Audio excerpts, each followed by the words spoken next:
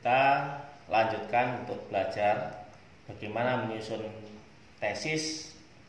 Kita awali dari proposalnya yang kuantitatif ya, ini tahap kedua.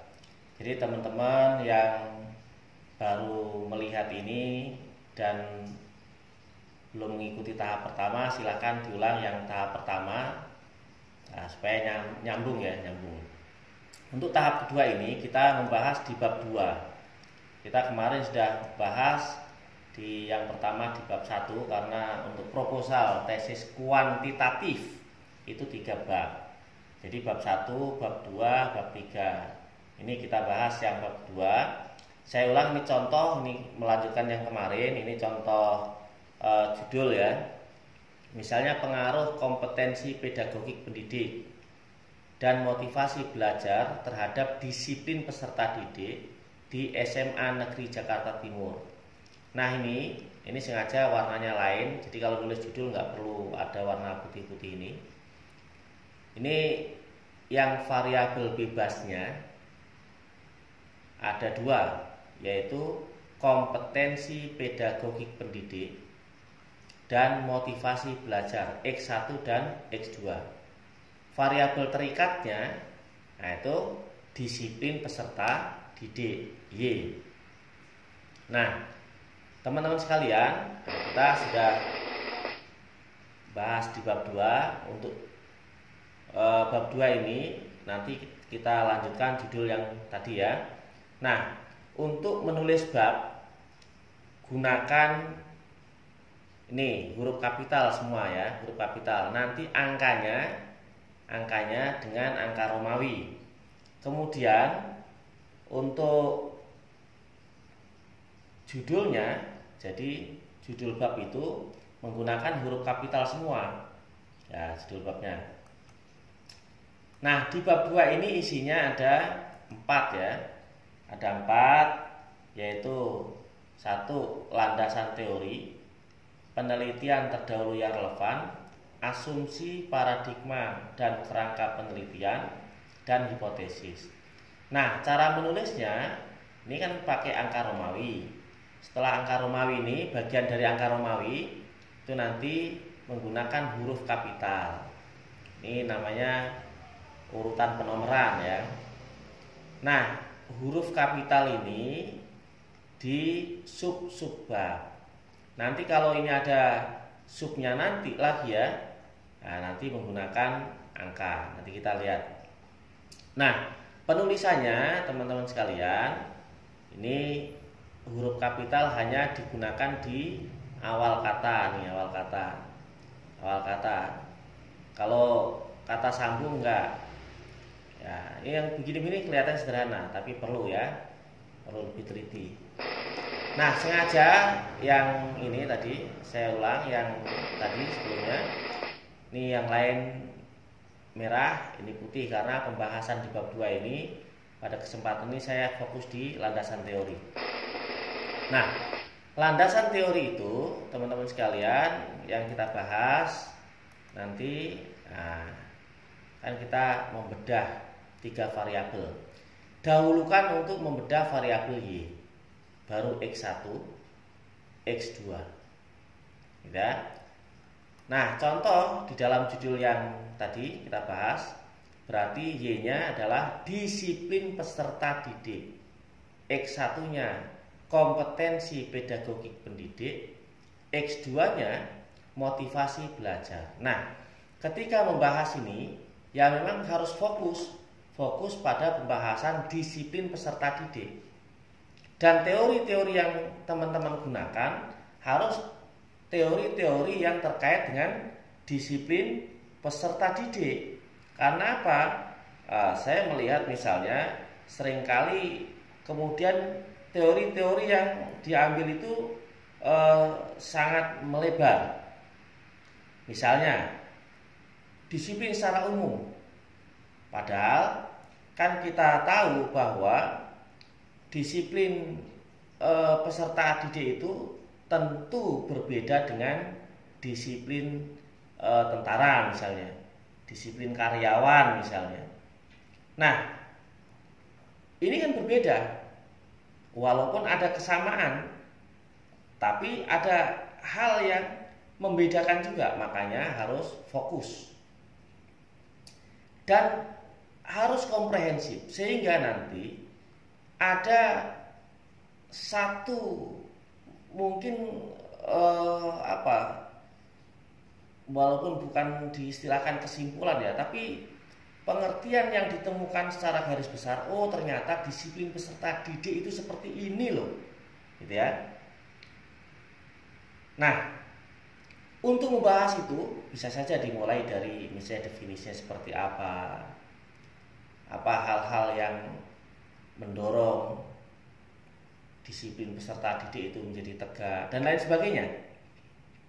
Jadi itu coba cari, kemudian setelah pembahasan yang mendetail, baru nanti di akhir subbab ini ada sebuah temuan besar gitu, temuan mungkin dari sintesanya lah, tidak seperti itu ya, yang kemudian bisa merangkum apa itu sesungguhnya disiplin peserta didik.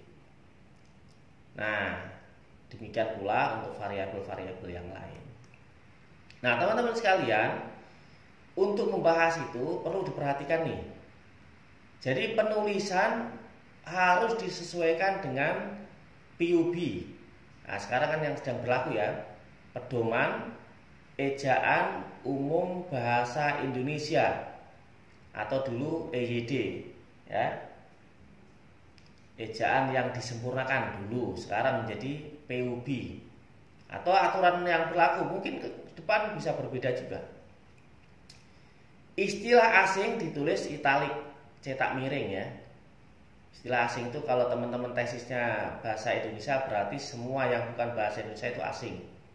Kalau tesisnya atau skripsinya atau disertasinya bahasa Arab berarti yang bukan berbahasa Arab itu berarti asing ya gitu. Hindari menggunakan kata ganti orang pertama, saya, aku dan seterusnya. Kami juga nggak boleh, kita juga nggak boleh ya. Nah, perlu menggunakan kutipan-kutipan karena kutipan itu berfungsi sebagai pendukung terhadap pembahasan. Ya. Nah, kalau teman-teman mengutip, kasih komentar, kasih analisis, berikan kritik terhadap kutipan-kutipan itu dengan menampilkan alasan-alasannya tentunya. Jadi jangan hanya misalnya menurut ini, nanti menurut ini. Wah, itu kayaknya daya analisisnya rendah kalau begitu ya. Nah, kutipan harus dari sumber yang asli, kecuali memang sumber yang asli itu sudah langka. Ya. Nah, teman-teman sekalian, kutipan maksimal kalau berturut-turut dari sumber yang sama, bukunya sama, pengarangnya sama, 3 kali. Tidak boleh lebih dari 3 kali, walaupun halamannya berbeda. Kutipan langsung yang kurang dari 5 baris ditulis masuk di dalam alinea itu ya, tapi harus ada 2 tanda kutip seperti ini. Kutipan langsung yang lebih dari 5 baris dibuat terpisah ya, bisa. Nggak usah pakai tanda kutip. Nah, ukuran fontnya nanti 10. Kalau yang tulisan sempurna kan yang lain ya, selain kutipan langsung ini itu kan 12. Nah, kalau kutipan langsung 10 fontnya, spasinya 1.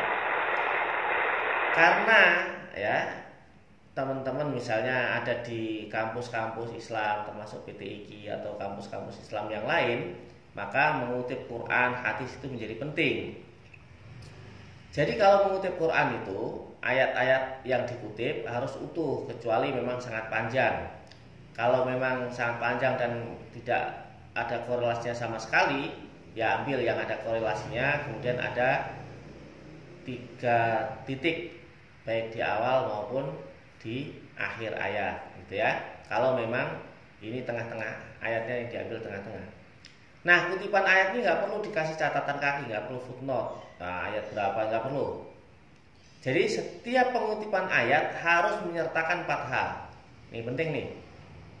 Ada teks ayatnya, ada terjemahannya, kecuali kalau memang disertasi, skripsi atau tesisnya berbahasa Arab, jadi nggak perlu terjemahan.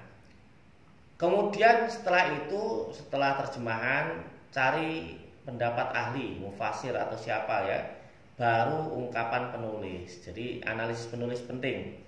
Kenapa sih kok ngambil ayat itu? Mana relevansinya? Mana kalimat yang menunjukkan sesuai dengan topik yang dibahas? Ya, itu penting tuh. Terjemahan ditulis italik. Ya, disitak miring, spasinya 1 nanti. Pengutipan ayat lebih dari 2 ayat berturut-turut nggak boleh, kecuali ada penjelasan. Ya, dijelaskan dulu baru kutip yang lain lagi. Nah, kalau kutipan hadis, kalau hadis itu ya sama, matan hadisnya dan terjemahannya ditulis 1 spasi ya.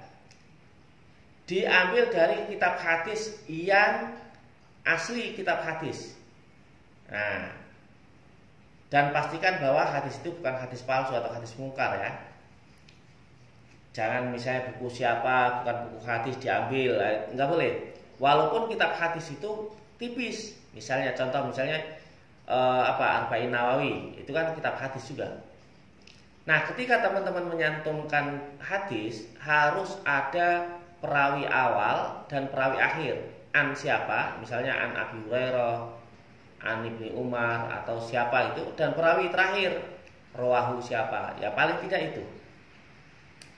Kemudian penulisan hadis harus diberi syakal ya. Syakalnya harus ada, harokatnya ya. Penulisan hadis harus ada footnote-nya, catatan kakinya, dan catatan kakinya ada di belakang matan hadis, tidak di belakang terjemahannya. Kutipan hadis harus menyertakan ini ada matan hadisnya, ada terjemahannya, kemudian analisis penulis, kenapa hadis itu diambil, mana yang terkait dengan pembahasan. Nah, ini penting. Kalau kutipan lain, kalau buku-buku, carilah buku ilmiah, jangan buku populer. Ya, buku-buku yang misalnya cara cepat jadi kaya, yang gitu-gitu jangan. Cari ilmiah, karena saudara, teman-teman, Anda, kita semua ini sedang menulis karya ilmiah. Kalau ngutip jurnal, cari jurnal yang mutakhir. Bisa jadi kalau misalnya jurnal-jurnal yang lama itu sudah anulir oleh penelitian-penelitian yang mutakhir yang sudah menjadi jurnal juga. Maka cari jurnal yang memang mutakhir. Kalau mau mengutip di internet atau website, cari yang memang akurat, jelas dan bisa dipertanggungjawabkan. Jangan cari misalnya Wikipedia, nggak boleh itu Wikipedia, atau apalah website yang nggak jelas itu. Cari website yang jelas, misalnya website kampus, kementerian, atau misalnya mau cari data penduduk, ya cari mana yang membuat sensus gitu. Kalau mau cari data tentang jumlah peserta didik atau jumlah sekolah, ya cari kementerian yang terkait. Nah, misalnya gitu ya, Kementerian Pendidikan misalnya. Nah, kutipan-kutipan lain juga boleh, tapi cara-caranya pengambilannya nanti sesuaikan dan harus ada catatan kakinya ya. Nah, teman-teman sekalian, saya kira itu untuk di bab 2 ini nanti masih berlanjut. Jadi ikuti terus sesinya supaya jangan ketinggalan ya. Terima kasih, tetap semangat menulis, sukses selalu.